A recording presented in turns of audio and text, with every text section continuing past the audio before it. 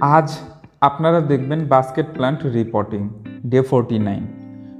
এরা যখন ছোট ছিল তখন তাদের আমি ওই প্লাস্টিকের বোতলে রোপণ করেছিলাম, কিন্তু তাদের গ্রোথ খুব দ্রুত হওয়ার কারণে তাদের আলাদা করতেই হবে।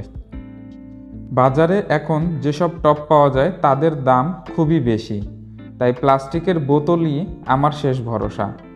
প্রথমে এই বোতল পরিমাণ মাটি নিয়ে নিলাম, যাতে কতটুকু মাটি লাগবে তা নিয়ে বেশি চিন্তা না করতে হয়। মাটি শুকনা ছিল, মাটিতে যেন কোনো প্রকার ক্ষতিকর কিছু না থাকে, তাই মাটি বেছে নিলাম। সার হিসেবে ব্যবহার করেছি ডিমের খোসা ও ফেলে দেওয়া চা পাতা। সারগুলো মাটিতে ভালোভাবে মিশিয়ে নিলাম। এখন খুব সতর্কতার সাথে এই বোতল থেকে গাছ বের করে নিতে হবে। এই গাছগুলো খুবই ভঙ্গুর ধরনের, তাই সতর্কভাবে কাজটি করতে হবে। গাছগুলোকে একে অপরের থেকে আলাদা করার পর পরিমাণ মতো মাটি দিয়ে তাদের রোপণ করে দিলাম। সঠিক পরিমাণে সার পানি পেলে যে কোনো গাছ খুব দ্রুত বৃদ্ধি পায়। এই গাছগুলোর বেলায় একই ঘটনা ঘটেছে। এরা আমার খুব আদরের গাছ। এদের পাতাগুলো দেখতে খুবই সুন্দর।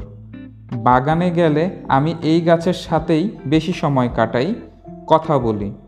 নতুন করে রিপোর্টিং করার পর এরা আগের থেকে আরও সুন্দর দেখাচ্ছে।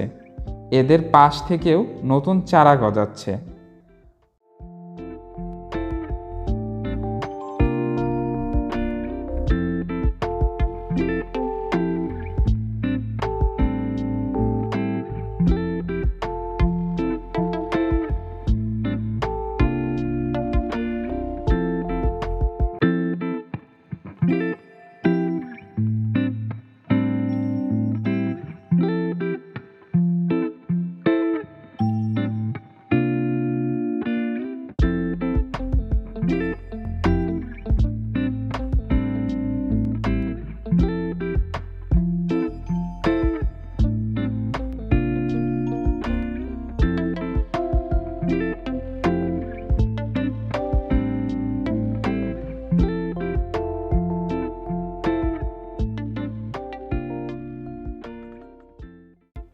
নতুন শুকনো মাটি দেওয়ার কারণে এদের অল্প করে পানি দিয়ে দিলাম।